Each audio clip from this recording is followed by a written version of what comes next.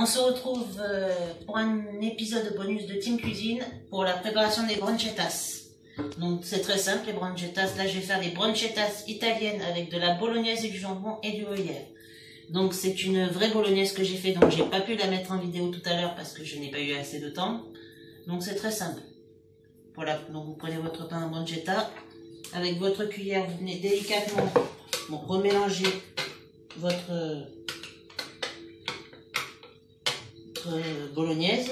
Dès que c'est fait, vous prenez, bon moi j'ai l'habitude de le faire au pinceau pour commencer parce qu'il faut faire chauffer un peu le pain, donc c'est ce qu'on va faire.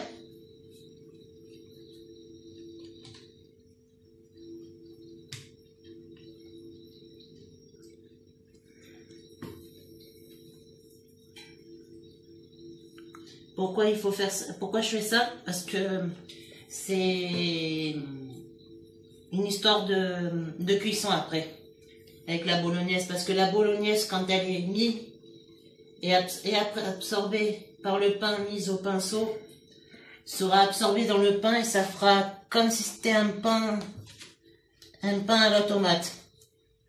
Ou un pain au chorizo, comme vous le préférez.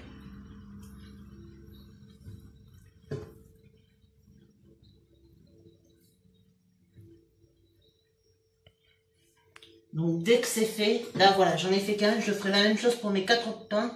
Dès que c'est fait, vous mettez ça au four à 200 degrés pendant 10 minutes. Le temps que ça dore et puis que ça s'imprègne. Et on se retrouve après pour le dressage des pancetta dès que les pains sont prêts. À tout de suite. On se retrouve pour la suite de la recette. Donc nos pancetta sont bien grillés. Et voilà ce que ça donne au milieu avec la tomate, quand elle est bien séparée avec le pain. Donc maintenant, c'est très simple. Vous prenez votre jambon. Bon, voilà, en deux, ça ira. Excusez-moi. Là, vous prenez votre jambon, vous essayez de la couper en deux, puis vous essayez de venir la poser en volume par-dessus.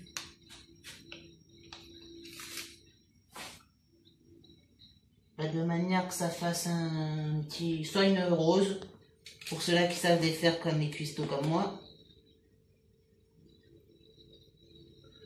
ou soit en chiffonnade, comme avec du jambon de pays.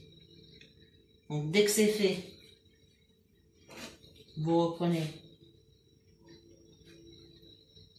bon pas le pinceau, mais une cuillère,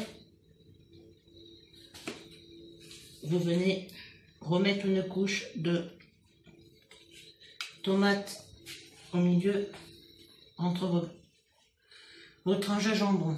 Ensuite, vous prenez du gruyère. Titi, je te montre comment on fait et puis tu prends la relève. Une petite pincée et puis tu viens la mettre là, que ça fasse pareil un truc en volume. Voilà.